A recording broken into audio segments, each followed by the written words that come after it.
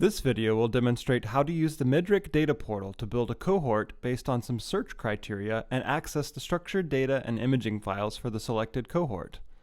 First, navigate to the MIDRC data portal at data.midrc.org and log in using your institutional or ORC-ID credentials by clicking the respective button. Here, I'll use my University of Chicago credentials to authenticate. Once logged in, navigate to the Data Exploration tool at data.midrc.org/explorer. The Data Explorer facilitates building cohorts by running queries across datasets, allowing researchers to use faceted search to select a subset of cases, imaging studies, or imaging series based on a variety of search criteria. First, select a tab at the top representing the data type you'd like to explore. Here we'll select the Imaging Studies tab at the top, and then we can select a subset of these imaging studies using the filters on the left, which represent structured data that relates to the studies displayed in the table below. After making some selections, the table of imaging studies is rapidly filtered down to those matching the search criteria. The filtered table of structured data displayed in the Explorer can be exported using the left button at the top, labeled Download Imaging Studies Metadata.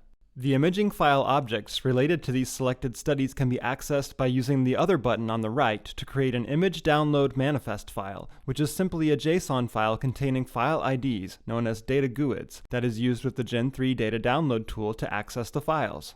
In order to access the selected image files in cloud storage, an API key containing user credentials must be downloaded by navigating to the profile page by clicking View Profile in the drop-down button on the top right of the data portal.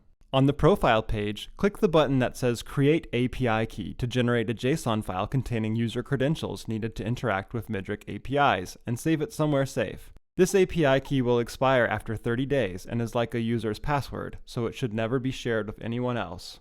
Next, the Gen 3 command line tool used for accessing file objects must be downloaded and configured. Detailed instructions, including the link to the GitHub repository where the tool is stored, are in Step 3 of the Getting Started guide linked in the header of the MIDRC Data Portal website.